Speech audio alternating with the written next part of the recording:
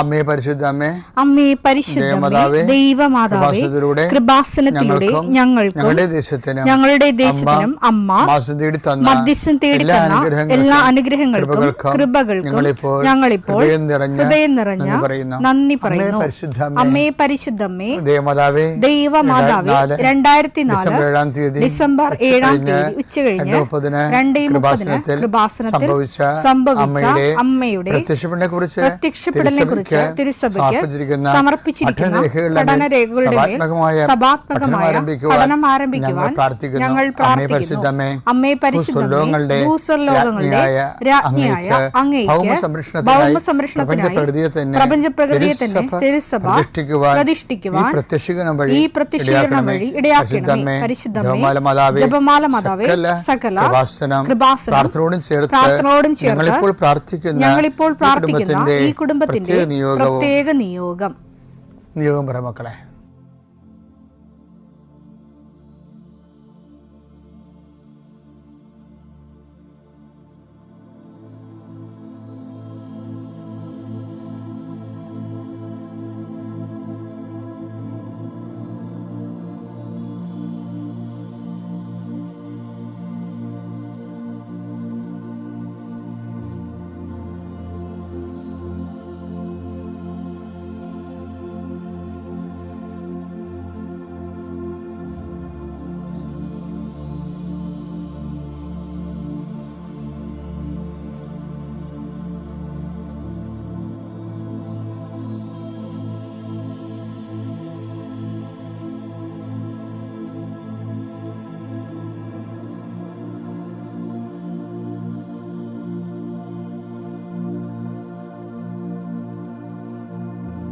അമ്മയുടെ പ്രത്യക്ഷീകരണത്തിന്റെ ഈ അനുഗ്രഹവേളയിൽ ഞങ്ങൾക്ക് സാധിച്ചു തരുവാൻ കനിയണമേ. ആമേൻ. വിശ്വാസ പ്രമാണം.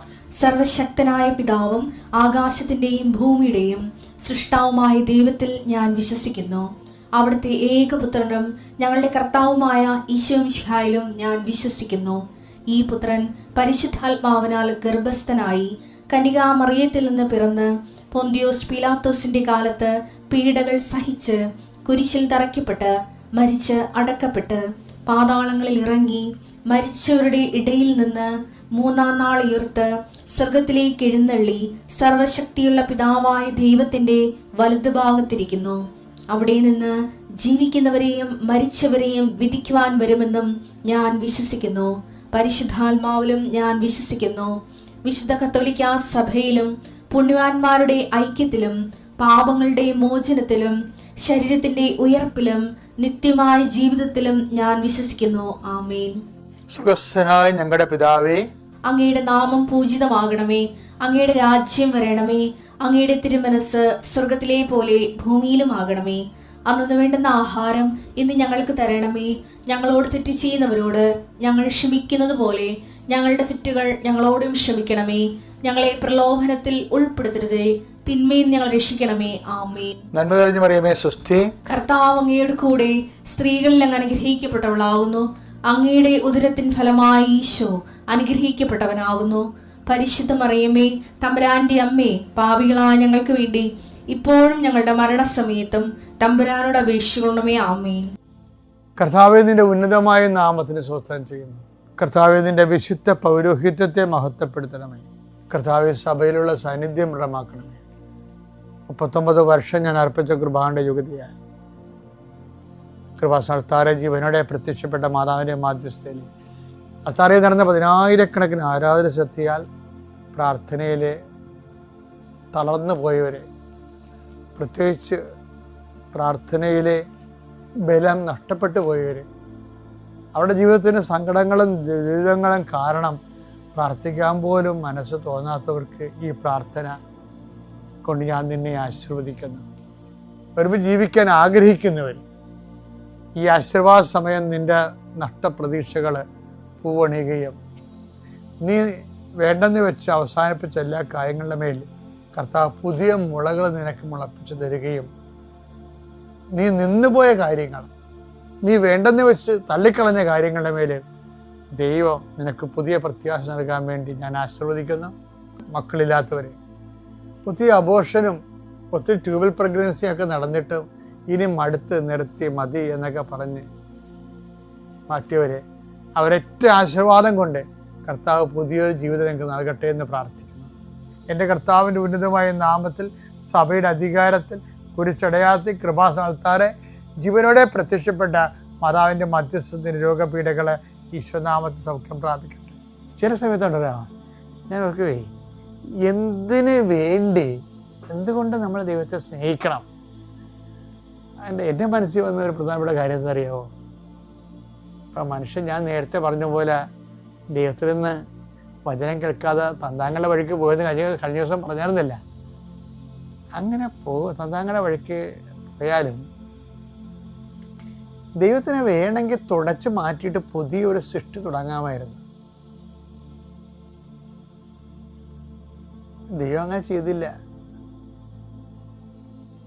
റിപ്പയർ ചെയ്തെടുക്കാനാണ് നോക്കിയത്. ക്രിസ്തുവിനെ തന്ന് ആ മനുഷ്യ പ്രകൃതിയെ തന്നെ ദൈവത്തിന് റിപ്പയർ ചെയ്ത് അതൊക്കെ ചിന്തിക്കുമ്പോഴേ ഞാൻ എൻ്റെ കണ്ണൊക്കെ നിറയെ ശരിക്കും. എന്താണെന്നറിയാവോ?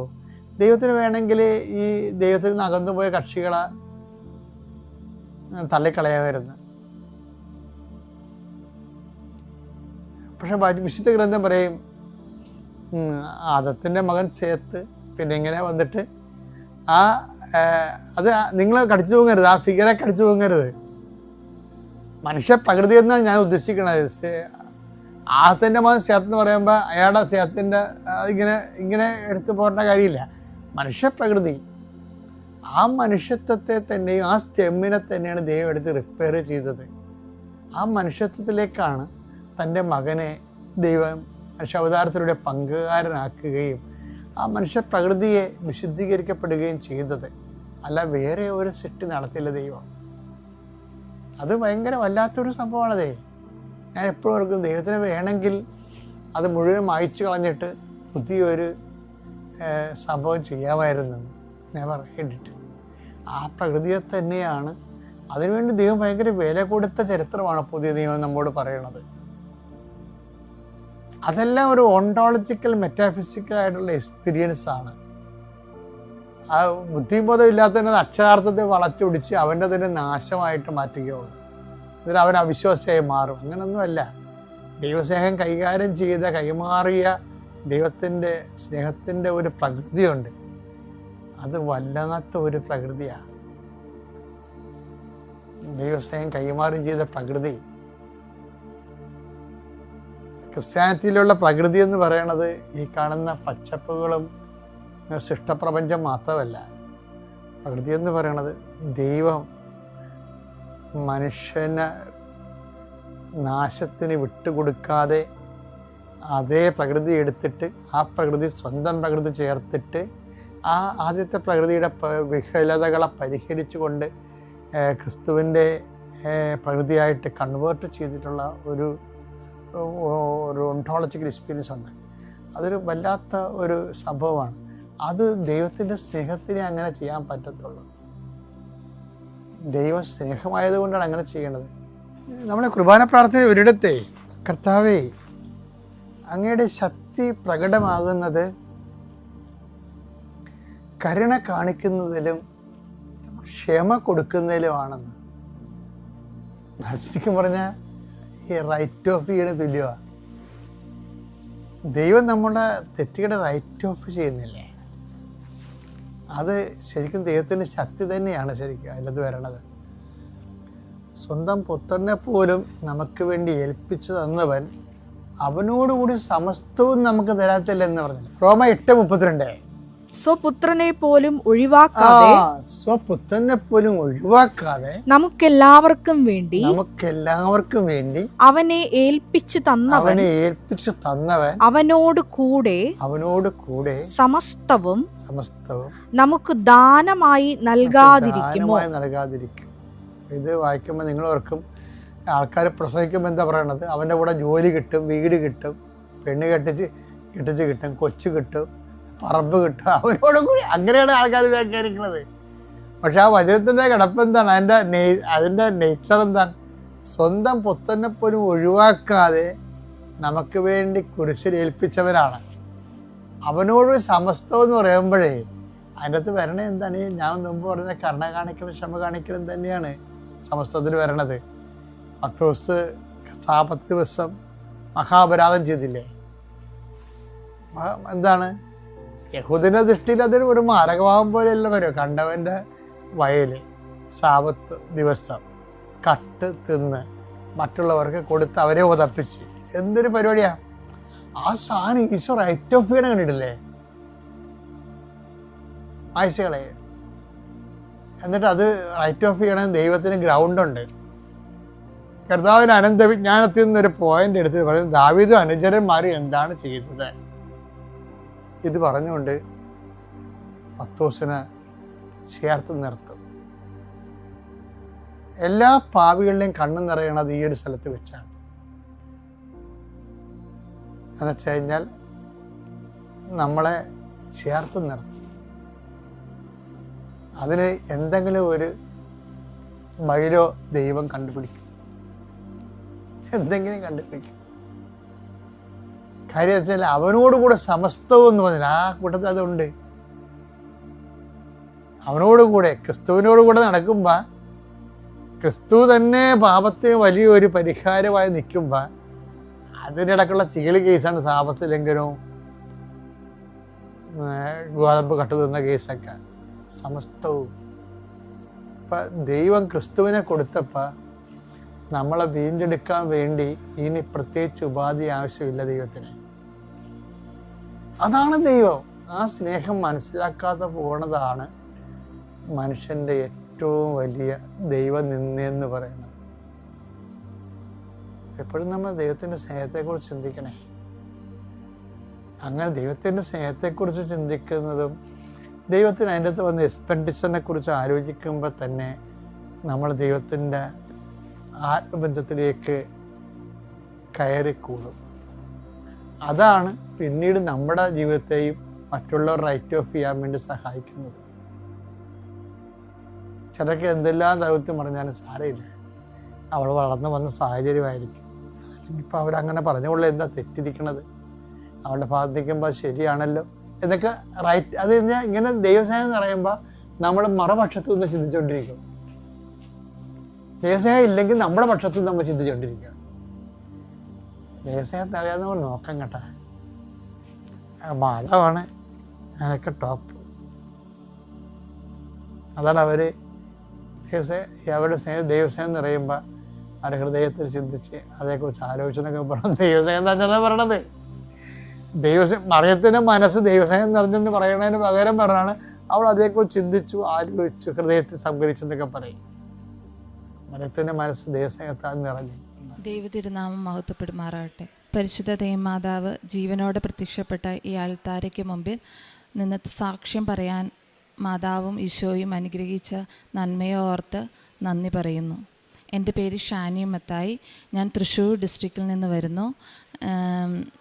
ഞാൻ ഈ വർഷം ഫെബ്രുവരി 3-ാം തീയതിയാണ് ഉടമ്പടി എടുത്തത്. ഞാനൊരു നേഴ്സാണ്. 7 വർഷമായിട്ട് എനിക്ക് ഗ്യാപ്പാണ്. ഞാൻ ജോലിക്ക് പോകുന്നില്ല. ഹസ്ബൻഡ് പുറത്ത് വർക്ക് ചെയ്യുന്നു, ഷിപ്പിൽ വർക്ക് ചെയ്യുന്നു. എനിക്ക് ഹസ്ബൻഡിൻ്റെ പേരൻസ് മരിച്ചുപോയി. മക്കളുണ്ട് 2 പേര്. അവരെ നോക്കുവാൻ വേണ്ടിയിട്ടുള്ളത് കൊണ്ട് ഞാൻ ജോലിക്ക് പോകുന്നില്ല. ഞാനപ്പോൾ 2024 ഞാൻ ആദ്യമായിട്ട് കൃപാസനത്തെക്കുറിച്ച് കേൾക്കുന്നത്. അത് ഞാനിങ്ങനെ മൊബൈൽ നോക്കുമ്പോൾ മൊബൈലിൽ കൃപാസനത്തിൻ്റെ സാക്ഷ്യങ്ങളും ധ്യാനങ്ങളും ഒക്കെ വരുന്നു. അതിങ്ങനെ ഇടയ്ക്കിടയ്ക്ക് കാണുമ്പോൾ എനിക്ക് മാതാവ് എൻ്റെ മനസ്സിലിങ്ങനെ പറയുന്ന പോലെ ഇവിടെ വരണം, ഇവിടെ ഒന്ന് വന്ന് പ്രാർത്ഥിക്കണം, അങ്ങനെ എന്തോ ഒരു ഉള്ളിലിരുന്ന് ആരോ പറയുന്ന പോലെ തോന്നുന്നു. അപ്പം ഞാൻ ഹസ്ബൻഡിനോട് പറഞ്ഞപ്പോൾ ഹസ്ബൻഡ് പറഞ്ഞു തന്നെ പോകണ്ട, ഞാനും വരാം, അപ്പോൾ ലീവിന് വരുമ്പോൾ ഞാനും കൂടെ വരാം, ഒന്നിച്ച് പോകാമെന്ന് പറഞ്ഞ് അങ്ങനെ ഇരിക്കുമ്പോൾ ഹസ്ബൻഡിന് 2025 ജാനുവരിയിലാണ് ലീവുള്ളത്.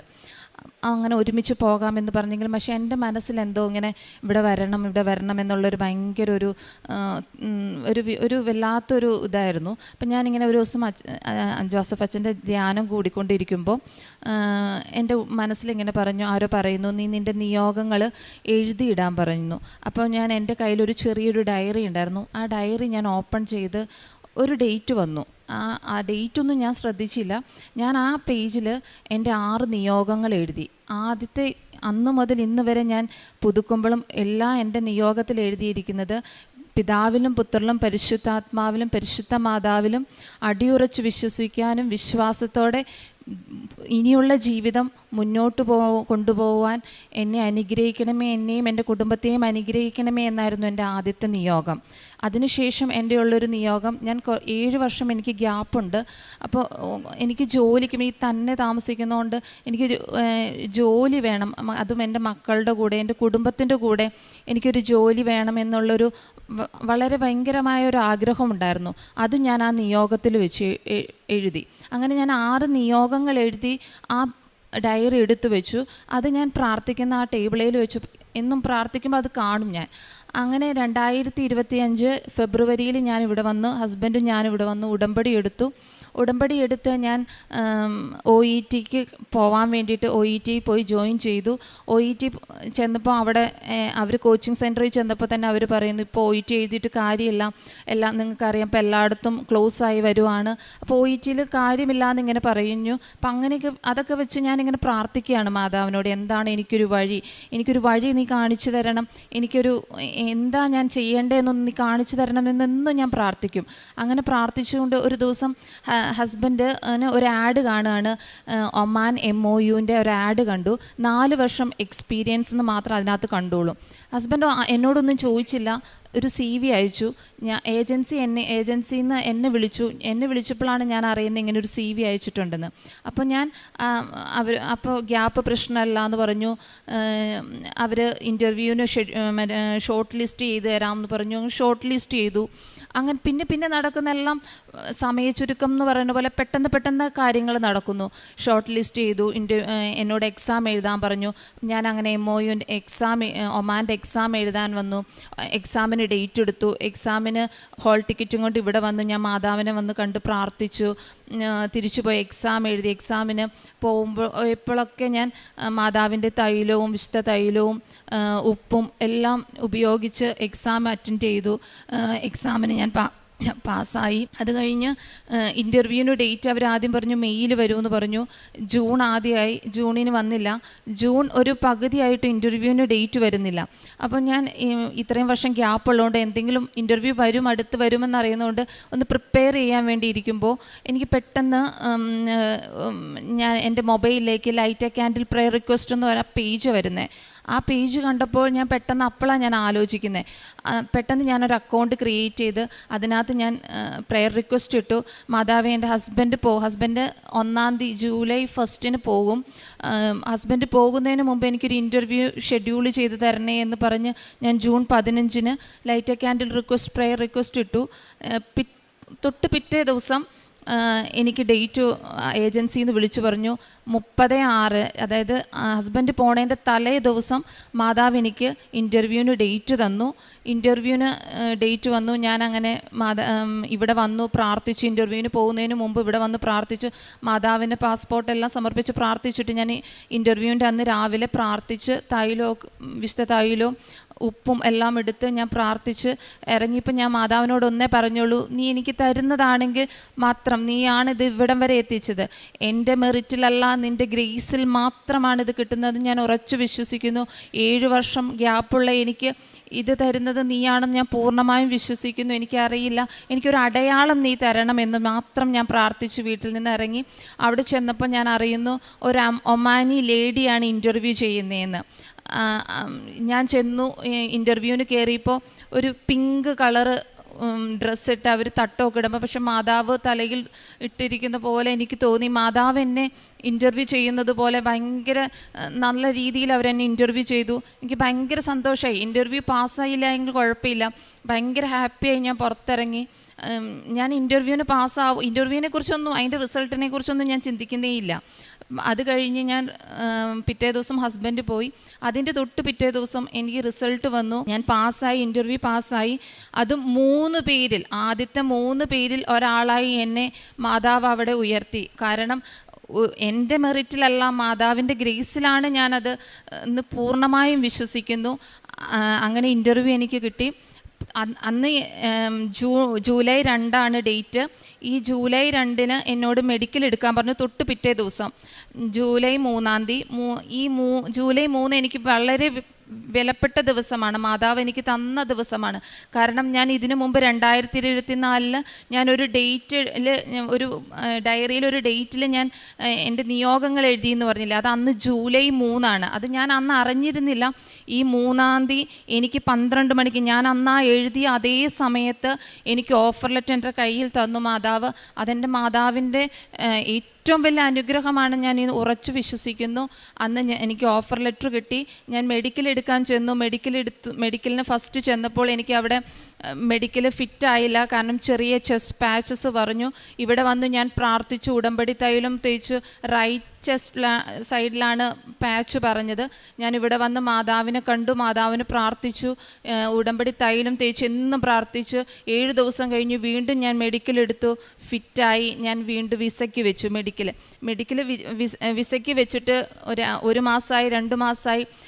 ഈ മെഡിക്കലിനാണ് എക്സ്പയറി 2 മാസമുള്ളൂ. 2 മാസം കഴിഞ്ഞു. 2.5 മാസമായപ്പോൾ വീണ്ടും അവരെന്നോടുത്ത് വീണ്ടും റീമെഡിക്കൽ എടുക്കാൻ പറഞ്ഞു. റീമെഡിക്കൽ എടുത്തു, സബ്മിറ്റ് ചെയ്തു. വിസ വരുന്നില്ല. എല്ലാവർക്കും സബ്മിറ്റ് ചെയ്ത് പിറ്റേ ദിവസം വിസ വരുന്നു. വീണ്ടും എനിക്ക് 1.5 ആഴ്ചയായിട്ടും വിസ വരുന്നില്ല. ഞാനത് ഇവിടെ വന്നു, ജോസഫ് അച്ഛനെ വന്ന് കണ്ടു. ജോസഫ് അച്ഛൻ പ്രാർത്ഥിച്ചു. ഞാൻ തിരിച്ചു പോയി. എനിക്ക് ഇന്നലെ വിസ വന്നു. ഒമാൻ MOUൻ്റെ വിസയാണ് വന്നിരിക്കുന്നത്. അപ്പം മാതാവ് എനിക്ക് തന്നത് വലിയ കാര്യമാണ്. കാരണം ഞാൻ എൻ്റെ കുടുംബത്തോടൊന്നിച്ച്, എൻ്റെ മക്കളെയോടൊന്നിച്ച് എനിക്ക് അങ്ങനെ ജോലിക്ക് പോകാൻ പറ്റും. അപ്പോൾ ഒരുമിച്ച് നിന്ന് ഒരു ജോലി വേണമെന്നേ ആഗ്രഹിച്ചുള്ളൂ. മാതാവ് അതെനിക്ക് തന്നു. ഇത് ഫാമിലി വിസയുണ്ട്, മക്കളെ കൊണ്ടാവാം, ഹസ്ബൻഡിന് പോരാം, എല്ലാവർക്കും ഒരുമിച്ച് നിന്ന് എൻ്റെ ജോലി, എൻ്റെ കരിയറും മുന്നോട്ട് കൊണ്ടുപോകാനുള്ള വലിയൊരു അനുഗ്രഹമാണ് എനിക്ക് മാതാവ് തന്നത്.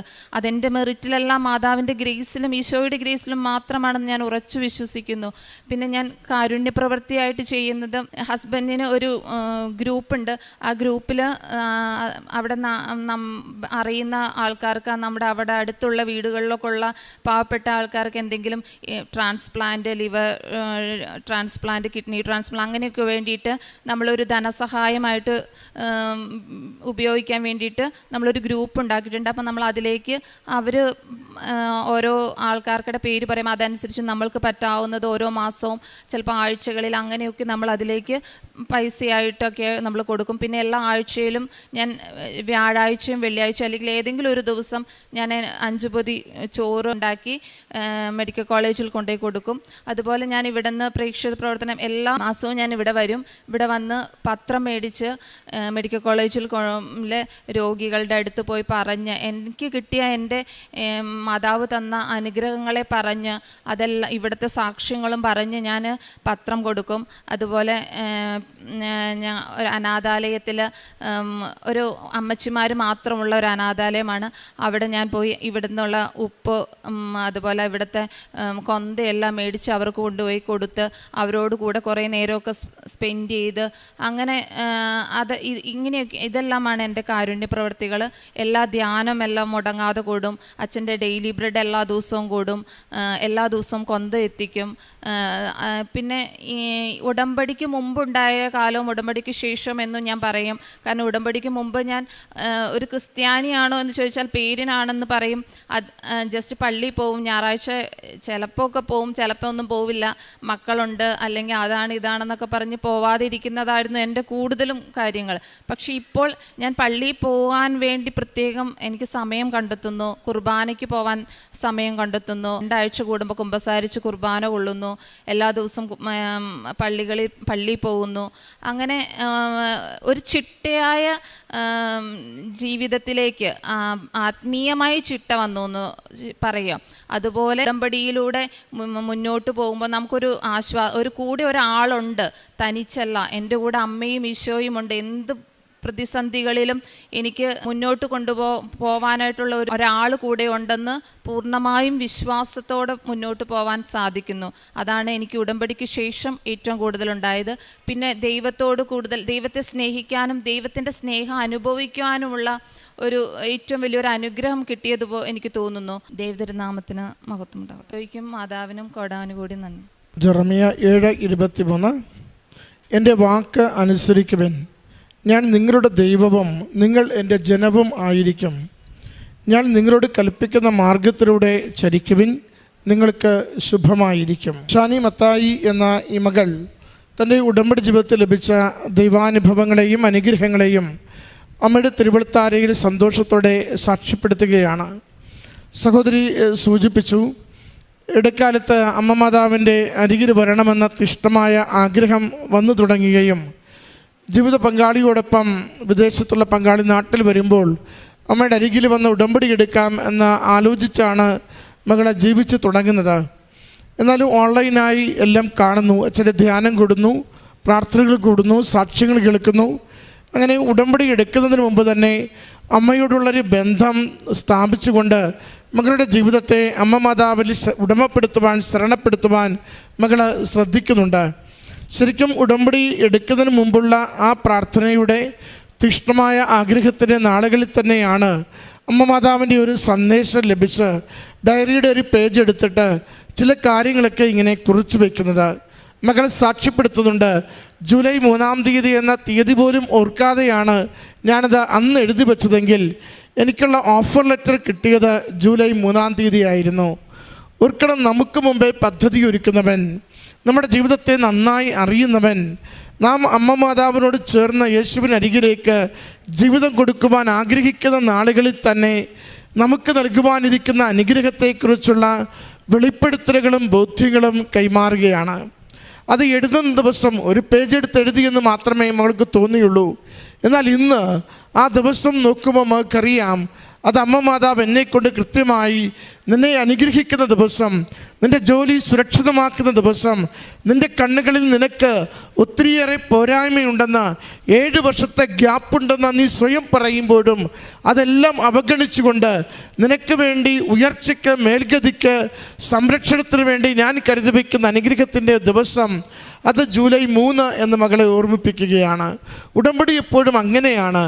നമ്മൾ അമ്മയോട് ചേർന്ന് ജീവിതത്തെ നവീകരിക്കുവാൻ ആഗ്രഹിക്കുമ്പോൾ ദൈവം നമ്മോട് ചേർന്ന് നിന്ന് അമ്മയുടെ പ്രാർത്ഥന കേട്ട് ജീവിത വിഷയങ്ങൾക്ക് നമ്മൾ ആഗ്രഹിക്കുന്നതിനും അപ്പുറമുള്ള നന്മകൾ, എല്ലാ തടസ്സങ്ങളും മാറ്റി, എല്ലാ കുറവുകളും അകറ്റി കൂടുതൽ സ്നേഹത്തിൽ ജീവിക്കുവാനുള്ള, കൂടുതൽ വിശ്വാസത്തിൽ ആഴപ്പെടുവാനുള്ള അനുഭവങ്ങൾ നൽകിക്കൊണ്ട് നമ്മളെ കൈപിടിച്ച് നടത്തും.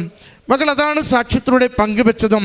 എനിക്ക് ഉടമ്പടിക്ക് മുമ്പും ഉടമ്പടിക്ക് ശേഷവുമുള്ള 2 ജീവിതമുണ്ട്. പേരിനുള്ള ക്രിസ്ത്യാനി, കുർബാന ഒഴിവാക്കുവാൻ പറ്റുമെങ്കിൽ കുഞ്ഞുങ്ങളുടെ പേര് പറഞ്ഞ് കുർബാന ഒഴിവാക്കുന്ന ഒരു ജീവിത രീതി, ഒരു സാധാരണ രീതിയിലൊക്കെ പോയിരുന്ന എനിക്ക് ഇന്ന് അമ്മ മാതാവിനോട്, ഈശോ തമ്പുരാനോട് ഹൃദയത്തിൽ മുഴുവൻ സ്നേഹവും, എനിക്ക് പ്രാർത്ഥിക്കുവാൻ എനിക്ക് സമയമുണ്ട്. എന്ത് തിരക്കുണ്ടെങ്കിലും, കുഞ്ഞുങ്ങൾക്ക് എന്തൊക്കെ കാര്യമുണ്ടെങ്കിലും എനിക്ക് സമയം ദൈവത്തിന് കൊടുക്കുവാൻ, സ്നേഹത്തോട് കൊടുക്കുവാൻ പറ്റുന്നുവെന്ന് ഓർമ്മിപ്പിക്കുകയാണ്. പ്രിയമുള്ളവരെ, ഉടമ്പടി ജീവിതം ഈ ക്വാളിറ്റി ചേഞ്ച് നമ്മുടെ ആത്മീയ ഭൗതിക മേഖലകളിൽ കൊണ്ടുവരും. ഭൗതിക മേഖലകളിൽ നമ്മൾ കലഹിക്കുന്നവരാവില്ല, ആർത്തിയുള്ളവരാവില്ല, മറ്റുള്ളവരുടേതൊന്നും കവർന്നെടുക്കുന്നവരാവില്ല. നമ്മുടെ തന്നെ ശരീരത്തെ വിശുദ്ധിയോടുകൂടി സൂക്ഷിക്കുവാൻ നിരന്തരം ശ്രമമുള്ളവരാകും. അങ്ങനെ ഭൗതിക മേഖലകളിലും ആത്മീയ മേഖലകളിലും സാരമായ വ്യത്യാസങ്ങൾ ഒരു നല്ല ഉടമ്പടി ജീവിതത്തിൽ അമ്മ മാതാവിലൂടെ ഈശോ നമുക്ക് അനുവദിച്ചു തരും. നമ്മൾ എത്ര കണ്ട് ഈ ഭൗതിക മേഖലകളിൽ, ആത്മീയ മേഖലകളിൽ ഈശോയ്ക്ക് ഇഷ്ടപ്പെടുന്ന രീതിയിൽ ജീവിതത്തെ ക്രമപ്പെടുത്തുവാൻ തയ്യാറാകുന്നുവോ അതനുസരിച്ച് നാം അമ്മയോട് ചോദിക്കുന്ന നിയോഗങ്ങൾ, അമ്മയുടെ കരങ്ങളിൽ ഏൽപ്പിച്ചു കൊടുത്തിരിക്കുന്ന വിഷയങ്ങൾ, അവയ്ക്ക് മേൽ അമ്മ മാതാവ് സന്തോഷമുള്ള, അനുഗ്രഹമുള്ള തീരുമാനങ്ങൾ നമുക്ക് നൽകുന്നത് കാണാനാവും. മകൾ പറയുന്നുണ്ട്, ഞാൻ എൻ്റെ കാരുണ്യ പ്രവർത്തികളും പ്രേക്ഷിത പ്രവർത്തനങ്ങളും ചെയ്യുവാൻ പറ്റുന്ന ഇടങ്ങളിലൊക്കെയും സന്തോഷത്തോടെ ഞാൻ എന്ത് കൊടുക്കുവാനും തയ്യാറായി ചെയ്യാറുണ്ട്. ഇത് ദൈവസ്നേഹം നിറയുമ്പോൾ മാത്രമാണ് നമ്മൾ നമ്മളെക്കുറിച്ച് ചിന്തിക്കാതെ മറ്റുള്ളവർക്ക് നന്മ ചെയ്യുവാൻ വേണ്ടി എപ്പോഴും തയ്യാറാവുക. ഓർക്കണമേ, ഉടമ്പടി ജീവിതം കേവലം കാര്യസാധ്യത്തിന് വേണ്ടി അമ്മയുടെ അരികിൽ ഓടിയെത്തുന്ന ജീവിതമല്ല. ഉടമ്പടി ജീവിതം ദൈവത്തെ സ്വന്തമാക്കിക്കൊണ്ട് ഏത് പ്രതിസന്ധിയിലും എൻ്റെ ശക്തനായവൻ കൂടെയുള്ളതിനാൽ ഞാൻ ഒന്നിനെയും ഭയപ്പെടില്ലെന്ന് ലോകത്തോട് പറയേണ്ട ജീവിതമാണ്.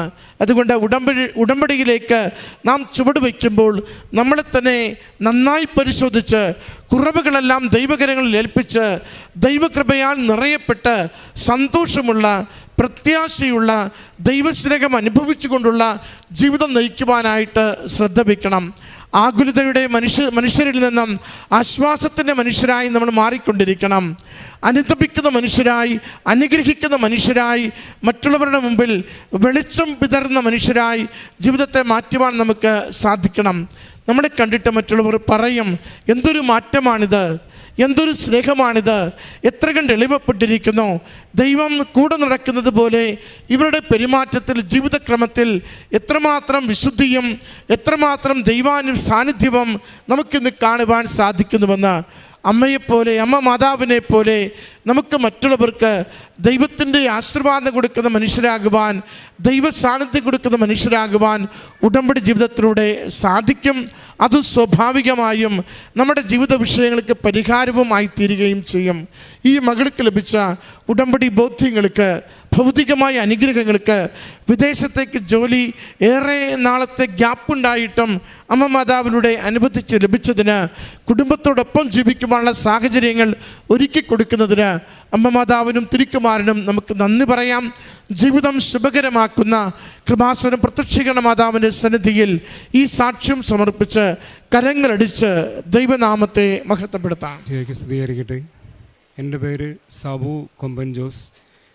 ഞാൻ തൃശ്ശൂർ നെല്ലിക്കുന്ന് ഇടവകയിൽ നിന്ന് വരുന്നു. ഞാൻ 18 വർഷമായി കുവൈറ്റിൽ ജോലി ചെയ്തു വരികയാണ്. കഴിഞ്ഞ 2023 ആഗസ്റ്റ് മാസം എനിക്ക് ഒരു പ്രത്യേക സാഹചര്യത്തിൽ ജോലി നഷ്ടപ്പെടാൻ ഇടയായി. അവിടെ ജോലി ചെയ്യുന്ന കമ്പനിയിലെ മാനേജറുമായി ഏകദേശം ഒരു 9 വർഷത്തോളം ഞങ്ങൾ രണ്ടുപേരും വഴക്കിലും പ്രശ്നങ്ങളിലൊക്കെ ആയിരുന്നു. ആ ജോലി നഷ്ടപ്പെടുന്നതിൻ്റെ ഫെബ്രുവരി മാസത്തിൽ ഞാൻ തന്നെ മാനേജരോട് പറഞ്ഞിരുന്നു, ഓഗസ്റ്റ് സെപ്റ്റംബർ മാസങ്ങളിൽ ഞാൻ ജോലി ചെയ്ത് പോവുകയാണ്, റിസൈൻ ചെയ്യുകയാണെങ്കിൽ എനിക്ക് ഒരു ഒബ്ജക്ഷനുമില്ലാതെ ജോലിയിൽ നിന്ന് എന്നെ പറഞ്ഞു വിടണമെന്ന് ഞാൻ തന്നെ അവരോട് അപേക്ഷിച്ചിരുന്നു. പിന്നീടുള്ള മാസങ്ങളിൽ ഞാൻ അതിനെക്കുറിച്ചിട്ട് മറന്നുപോയി. ഓഗസ്റ്റ് മാസത്തിൽ ഓണം കഴിഞ്ഞ ആ സന്ദർഭങ്ങളിൽ എന്നെ ജോലിയിൽ നിന്ന് പെട്ടെന്ന് പിരിച്ചുവിടുകയുണ്ടായി. അതിനുശേഷം ഞാൻ ആ ഒരു ദിവസങ്ങളിൽ വളരെയധികം മാനസികമായിട്ട് വിഷമതകൾ അനുഭവിച്ചിരുന്നു. ഉടമ്പടിയെക്കുറിച്ച് കേട്ടിരുന്നെങ്കിലും ഞാൻ ഇതുവരെ ഉടമ്പടി എടുത്തിട്ടുണ്ടായിരുന്നില്ല. അതിനുശേഷം 1-2 ജോലികൾക്ക് ഇൻ്റർവ്യൂവിന് ഞാൻ അറ്റൻഡ് ചെയ്തു. അതിൽ ഏകദേശം ഒരു ജോലി 100% ഉറപ്പായി എന്നുള്ളതായിരുന്നു. അപ്പോൾ ആ സന്തോഷത്തിൽ അന്നത്തെ ദിവസം വൈകിട്ട് ഞാൻ ജിമ്മിലേക്ക് പോയി അവിടെ വർക്കൗട്ട് ചെയ്യുകയായിരുന്നു. അല്പസമയം കഴിഞ്ഞപ്പോൾ ആ ഓഫീസിൽ ജോലി ചെയ്യുന്ന വേറൊരു വ്യക്തി വിളിച്ചിട്ട് എന്നോട് പറഞ്ഞു, നിനക്ക് നാളെ നീ ജോയിൻ ചെയ്യേണ്ട ജോലി വേറെ ഒരാൾ വന്ന് ജോയിൻ ചെയ്തു എന്ന് പറഞ്ഞിട്ട്. അതോടുകൂടി എൻ്റെ എല്ലാ നാഡികളും തളർന്നു. പിന്നെ വേറെ ഒരു പ്രതീക്ഷയും ഇല്ലാത്ത കാരണം കൊണ്ട് ഞാൻ പെട്ടെന്ന് ഓടി വീട്ടിലേക്ക് വന്നിട്ട് ഓൺലൈനിൽ ഉടമ്പടി എടുത്തു. ഒരു പുതിയ ജോലി പെട്ടെന്ന് കിട്ടണം എന്നുള്ള രീതിയിൽ ഒരു നിയോഗം വെച്ചിട്ടാണ് ഞാൻ അതിനു വേണ്ടി പ്രാർത്ഥിച്ചിരുന്നത്. ഈ നിയോഗം വെച്ച് പ്രാർത്ഥിച്ച് കഴിഞ്ഞ അന്ന് വൈകിട്ട് ഏതോ ഒരു കമ്പനിയിലേക്ക് ഞാൻ വെറുതെ CV അയക്കുകയുണ്ടായി. ആ കമ്പനി അന്ന് വൈകിട്ട് തന്നെ എന്നെ തിരിച്ചു വിളിച്ചിട്ട് പറഞ്ഞു, നാളെ ജോലിക്ക് ഇൻ്റർവ്യൂവിന് അറ്റൻഡ് ചെയ്യണമെന്ന്. ഞാനത് ശമ്പളവും ബാക്കിയുള്ള കാര്യങ്ങളും കണ്ടപ്പോൾ ഞാൻ വിചാരിച്ചു അതൊരു ഫേക്ക് ഇമെയിൽ അഡ്രസ്സ് ആയിരിക്കും എന്ന് വിചാരിച്ചിട്ട് ഞാൻ റെസ്പോണ്ട് ചെയ്തില്ല. അത് കഴിഞ്ഞ് പിറ്റേ ദിവസവും അന്ന് മുതൽ ഞാൻ നമ്മുടെ പ്രത്യക്ഷീകരണ പ്രാർത്ഥനകളും ഡെയിലി ബ്രെഡും ഈ വചനങ്ങളെല്ലാം സീരിയസ് ആയിട്ട് കേൾക്കാൻ തുടങ്ങി. പിന്നീട് ഈ ഒരു നിയോഗം വെച്ചിട്ട് തന്നെ ഞാൻ മുന്നോട്ട് പ്രാർത്ഥിക്കാൻ തുടങ്ങി. കാരണം എനിക്ക് ജോലി ഒരു കാലത്തും നഷ്ടപ്പെടില്ല എന്നുള്ളൊരു കോൺഫിഡൻസ് എനിക്ക് എപ്പോഴും ഉണ്ടായിരുന്നു. അതിനുശേഷം 1-2 ദിവസങ്ങൾക്ക് ശേഷം ഈ കമ്പനിയിൽ ഞാൻ ഇപ്പോൾ ജോലി ചെയ്യുന്ന പുതിയ ജോലിക്ക് ഞാൻ അവിടെ ഇൻ്റർവ്യൂവിന് പോയി. ഇൻ്റർവ്യൂ അറ്റൻഡ് ചെയ്തു. അവർ പിന്നീട് അറിയിക്കാമെന്ന് പറഞ്ഞു. അതിനും പിന്നീട് കുറച്ച് ദിവസങ്ങൾ താമസമെടുത്തു. ആ ദിവസങ്ങളിൽ ഞാൻ എല്ലാ ദിവസവും നമ്മുടെ കൃപാസനത്തിൻ്റെ യൂട്യൂബ് ചാനലുകൾ ഒരുവിധം ഉണർന്നിരിക്കുന്ന സമയങ്ങളിലും ഭക്ഷണം കഴിക്കുന്ന സമയങ്ങളിലും ഇയർഫോൺ വെച്ച് ആ സന്ദേശങ്ങൾ വളരെ ആഴത്തിൽ കേൾക്കാറുണ്ടായിരുന്നു. അങ്ങനെ എനിക്ക് അതിനോട് പൊതുവെ ദൈവികമായിട്ടുള്ള കാര്യങ്ങളോട് എനിക്കൊരു താല്പര്യമുണ്ടെങ്കിലും ഈ വചനങ്ങളിലൂടെ ജോസഫ് അച്ഛൻ്റെ കാര്യങ്ങൾ മനസ്സിലാക്കി തരുന്ന ആ ഉൾക്കൊള്ളാൻ പറ്റുന്ന ആ പ്രസംഗങ്ങളിലൂടെ എനിക്ക് അതിലൊരു ആത്മവിശ്വാസവും ഒരു ദൈവിക തീക്ഷ്ണതയും ദൈവിക സ്നേഹവും വർദ്ധിക്കുകയുണ്ടായി. അങ്ങനെ ഞാൻ വേറൊരു ജോലി സ്ഥലത്ത് എനിക്ക് താത്കാലികമായിട്ട് ഒരു ജോലി കിട്ടി. വളരെ ശമ്പളം കുറവുന്ന ജോലിയിൽ. അതിന് 100 ദിവസത്തെ പ്രൊബേഷൻ പീരീഡ് ഉണ്ടായിരുന്നു. ഞാൻ ഓരോ ദിവസവും ഇങ്ങനെ എണ്ണി കാത്തിരുന്നു. 96-ാമത്തെ ദിവസമായി. അവിടുന്ന് അതുവരെ നോട്ടിഫിക്കേഷൻ വന്നിട്ടുണ്ടായിരുന്നില്ല. 97-ാമത്തെ ദിവസമായി, നോട്ടിഫിക്കേഷൻ വന്നിട്ടില്ല. 100-ാമത്തെ ദിവസമായി കഴിഞ്ഞാൽ പിന്നെ എനിക്ക് ആ കമ്പനിയിൽ നിന്ന് മാറാൻ പറ്റില്ല ഒരിക്കലും. അങ്ങനെ 98-ാമത്തെ ദിവസം രാവിലെ അവരെന്നോട് വിളിച്ചിട്ട് പറഞ്ഞു, ഈ ജോലി ശരിയായിട്ടുണ്ട്, പിറ്റേ ദിവസം തന്നെ വന്നിട്ട് ജോയിൻ ചെയ്യണമെന്ന്. ഞാൻ ആകെ വിഷമിച്ചു. കാരണം അവിടുത്തെ മാനേജറോട്, ഇപ്പോൾ താത്കാലികമായി ജോലി ചെയ്തിരുന്ന കമ്പനിയിലെ മാനേജറോട് ഞാൻ അതെങ്ങനെ അവതരിപ്പിക്കണമെന്ന് എനിക്ക് അറിയുന്നുണ്ടായിരുന്നില്ല. കാരണം 2 ദിവസം കൂടിയും കഴിഞ്ഞാൽ പിന്നെ എനിക്ക് അവിടെ നിന്ന് മാറാൻ പറ്റില്ലായിരുന്നു. പക്ഷെ ഞാൻ വീണ്ടും പ്രാർത്ഥിച്ച് തൈലമൊക്കെ പ്രാർത്ഥിച്ച് ഉപവാസമൊക്കെ എടുത്തിട്ട് മാനേജറോട് പോയിട്ട് പറഞ്ഞു, ഞാൻ ഇന്നത്തോടു കൂടി എൻ്റെ ജോലി അവസാനിപ്പിക്കുകയാണെന്ന് പറഞ്ഞു. എല്ലാവരും പ്രതീക്ഷിച്ചു അവിടെ ഒരു പൊട്ടിത്തെറിയൊക്കെ ഉണ്ടാവുമെന്ന്. ആളപ്പം എന്നോട് പറഞ്ഞു ഓൾ ദ ബെസ്റ്റ് എന്ന് മാത്രം പറഞ്ഞു, വേറെ ഒന്നും സംസാരിച്ചില്ല. പിറ്റേ ദിവസം ഞാൻ ആ കമ്പനിക്ക് പോയി ജോയിൻ ചെയ്തു. ആ കമ്പനിയിൽ കയറി ആദ്യത്തെ 1 മാസമൊന്നും എന്താണ് ജോലി ചെയ്യേണ്ടതെന്നൊന്നും എനിക്ക് ഒരു പിടുത്തം കിട്ടിയിട്ടുണ്ടായിരുന്നില്ല. അത് കഴിഞ്ഞൊരു 3-4 മാസം കഴിഞ്ഞതിന് ശേഷമാണ് ഞാൻ സെപ്റ്റംബറിൽ വേറെ ജോലി നോക്കി പോകുമെന്നും അതിന് ഈ മാനേജർ പെണ്ണ് തന്നെ അതിനൊരു സാഹചര്യം ഒരുക്കി എന്നൊക്കെ എനിക്ക് മനസ്സിലായത്. എനിക്ക് ഇന്നത്തെ പ്രസംഗം കേട്ടപ്പോഴാണ് ആ സമയം അഡ്ജസ്റ്റ് ചെയ്ത് തരുന്ന ആ രീതി എൻ്റെ കാര്യത്തിൽ എങ്ങനെയാണ് സംഭവിച്ചതെന്ന് എനിക്ക് മനസ്സിലായത്. കാരണം എന്നെ ടെർമിനേറ്റ് ചെയ്ത ആ ദിവസത്തെ കണക്കുകൂട്ടലനുസരിച്ചിട്ട് 15 കൊല്ലം കറക്റ്റ് തികയുന്ന ആ ഒരു ദിവസമായിരുന്നു എന്നെ ടെർമിനേറ്റ് ചെയ്തത്. അപ്പോൾ പുതിയ കമ്പനി അവരുടെ ബയോഡേറ്റയൊക്കെ എടുത്ത് നോക്കുമ്പോൾ 15 വർഷം വേണമെങ്കിൽ 14 വർഷവും 8 മാസമാണെങ്കിൽ അവർ റിജക്റ്റ് ചെയ്യും. എന്നെ കറക്റ്റായിട്ട് ആ ലേഡി മാനേജർ കറക്റ്റ് ആ ദിവസം വന്ന അതേ ദിവസം തന്നെ എനിക്ക് ടെർമിനേഷൻ തന്നു. അതുകൊണ്ട് നമ്മൾ ശത്രുവിനെ മിത്രമാക്കിയിട്ട് ഉപയോഗിക്കുന്ന ആ രീതിയിൽ തന്നെ അവരെനിക്കൊരു ഉപകാരമായിട്ട് മാറി. അതിനുശേഷം കുറച്ച് ദിവസങ്ങളോളം എന്നോട് ദിവസങ്ങളിൽ ജോലി ചെയ്തിരുന്ന ആ സമയത്ത് നമ്മളോട് ചെയ്തിരുന്ന പ്രതികാര നടപടികൾക്കൊക്കെ നമുക്ക് മാനസികമായിട്ട് വളരെ ദേഷ്യമുണ്ടായിരുന്നു അവരോട്. ഞാനതിനു വേണ്ടി പ്രാർത്ഥിച്ചിരുന്നു, ഒരു വ്യക്തിയോട് ദേഷ്യം അങ്ങനെ വരാൻ പാടില്ല എന്നുള്ളത്. അങ്ങനെ കഴിഞ്ഞ ഒരു മാസം മുമ്പ് എനിക്ക് അവരോടുണ്ടായിരുന്ന ആ ഒരു വ്യക്തി വൈരാഗ്യം എന്നുള്ളൊരു ഫീലിംഗ് എൻ്റെ മനസ്സിൽ നിന്ന് ദൈവകൃപയാൽ പൂർണ്ണമായിട്ടും പോയി. എനിക്ക് അവരോടൊരു ദേഷ്യം തോന്നുന്നുണ്ടായിരുന്നില്ല. കാരണം അവർ നമ്മൾക്ക് വേണ്ടി ഒരു ദുഷ്ടപ്രവൃത്തി ചെയ്തതെന്ന് വെച്ച് കഴിഞ്ഞാലും ഞാൻ പ്രാർത്ഥിച്ചിരുന്ന പോലത്തെ അതേ കമ്പനിയിൽ ഞാനൊരു 10-15 കൊല്ലമായി ഇതേ കമ്പനിയിൽ തന്നെ ജോലി കിട്ടണം, എങ്ങനെയാണ് കിട്ടുക എന്ന് പോലും എനിക്ക് അറിയുന്നുണ്ടായിരുന്നില്ല. യാദൃച്ഛികമായിട്ട് അവിടെ ജോലി കിട്ടി. ഞാൻ വിചാരിച്ചിരുന്ന അതേ പ്രൊഫൈൽ തന്നെ അതേ ജോലി തന്നെ എനിക്ക് ചെയ്യാൻ പറ്റുന്നു. അതെനിക്ക് മനസ്സിലായി ഉൾക്കൊള്ളാൻ സാധിച്ചത് ഒരു 3-4 മാസങ്ങൾക്ക് ശേഷമാണ്. അതിനുശേഷം പിന്നീട് പിന്നത്തെ വർഷം വന്ന ഒരു ഫെബ്രുവരി മാസത്തിൽ ഞാനിവിടെ വന്നിട്ട് തീർത്ഥാടന ഉടമ്പടി എടുത്തു. അതിനുശേഷം ഉടമ്പടിയിലെ ബാക്കി എല്ലാ ദിവസവും തൈലം അപ്ലൈ ചെയ്യാറുണ്ട്, കാശുരൂപം കൊണ്ടുപോകാറുണ്ട്, എല്ലാ കാര്യങ്ങളും അങ്ങനെ ചെയ്യാറുണ്ട്. അതിൽ നിന്ന് എനിക്ക് ഒരു കാര്യം മനസ്സിലായത്, ഇന്നും നമ്മുടെ അച്ഛൻ്റെ ഉടമ്പടി പുതുക്കലിൻ്റെ പ്രസംഗത്തിലൂടെ മനസ്സിലായത്, പലരും എന്നോട് പറയാറുണ്ട് എളിമപ്പെട്ടാൽ മാത്രമേ എന്തെങ്കിലും നമുക്ക് കാര്യങ്ങൾ ഉന്നതിയിലേക്ക് എത്താൻ പറ്റുമോ എന്നുള്ളത്. ഞാൻ അവരോട് എപ്പോഴും തർക്കിക്കാറുണ്ട്, എളിമപ്പെടുന്ന പ്രവൃത്തി എങ്ങനെയാണ് സംഭവിക്കുക എന്നുള്ളത്, എങ്ങനെയാണ് നമുക്ക് എളിമ വരിക എന്നുള്ളത്. ഇന്ന് അച്ഛൻ്റെ ആ പ്രസംഗത്തിലും മുൻ വീഡിയോകളിലും അച്ഛനത് പറഞ്ഞിട്ടുണ്ട്. യേശു തൻ്റെ സ്റ്റാറ്റസ് താഴ്ത്തി എങ്ങനെയാണ് കൃപയ്ക്ക് അർഹരായിട്ട് തീരുക എന്നുള്ള കാര്യം അവിടെ അച്ഛൻ ഇന്ന് വളരെ കൃത്യമായിട്ട് പറഞ്ഞിട്ടുണ്ടായിരുന്നു.